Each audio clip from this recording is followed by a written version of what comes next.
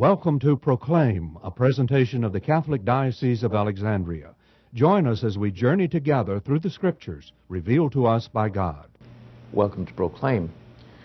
As we now begin in chapter 3 of the Gospel of John, it introduces the figure of Nicodemus, and we'll be told something about him. But it also introduces a literary form that we'll see in quite a number of episodes in this Gospel. And basically, it's a bit artificial.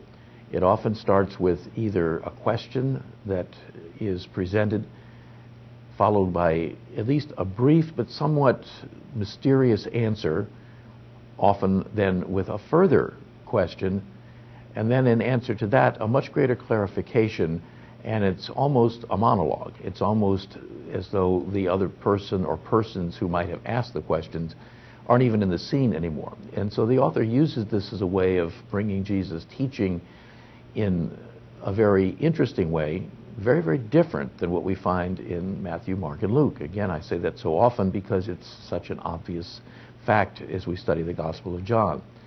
And so as we're listening to this encounter between Nicodemus and Jesus, this, like so many others, has several layers of meaning.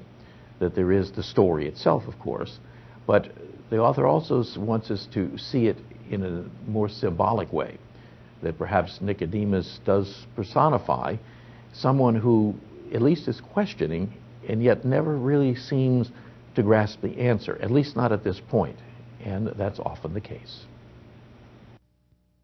This program was brought to you by Christus St. Francis Cabrini Hospital.